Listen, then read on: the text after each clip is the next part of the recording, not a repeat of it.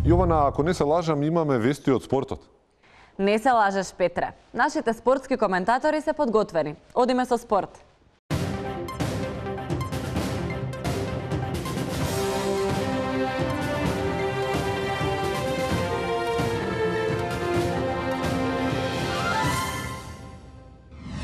Добро вечер, драги гледачи, се наоѓаме на собраниските терени, каде што во секој момент се очекува да започне големиот натпревар, што по 365 пат се одигрува на овие терени.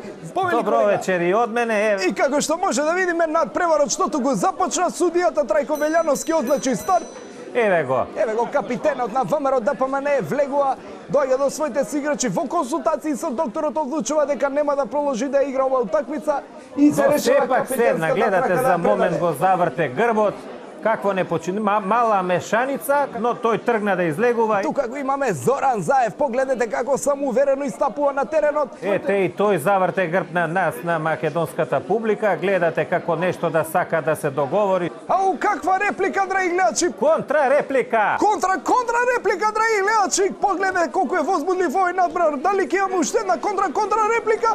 Илија Димовски повторно.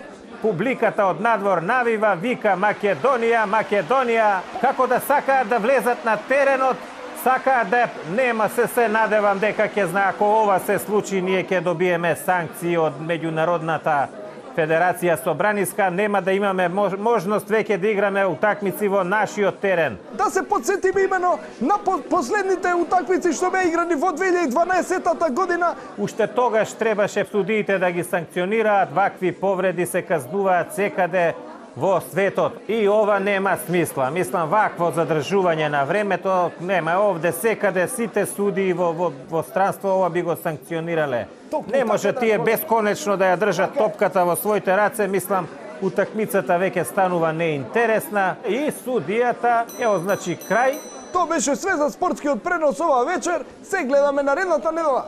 Довидување. Довидување.